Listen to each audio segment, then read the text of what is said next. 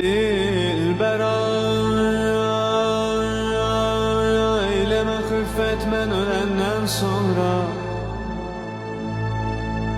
düşecek üstüne külfet mən ölenden sonra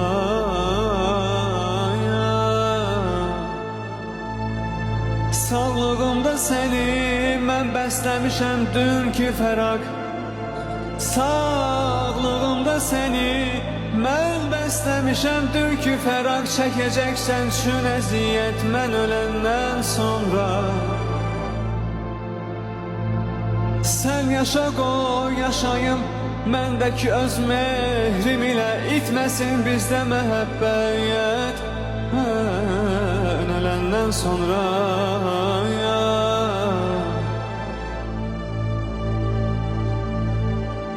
Bilirəm yad edəcəklər məni hər məclisdə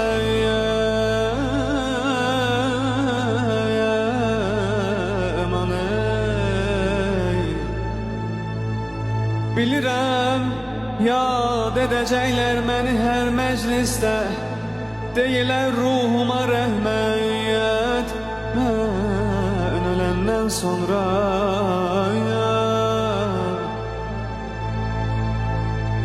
Şahidən olmadı qismət mənə heç rahətlik Şahidəm olmadı qismət mənə heç rahətlik Olaram qəbirdə rahət mən öləndən sonra Ay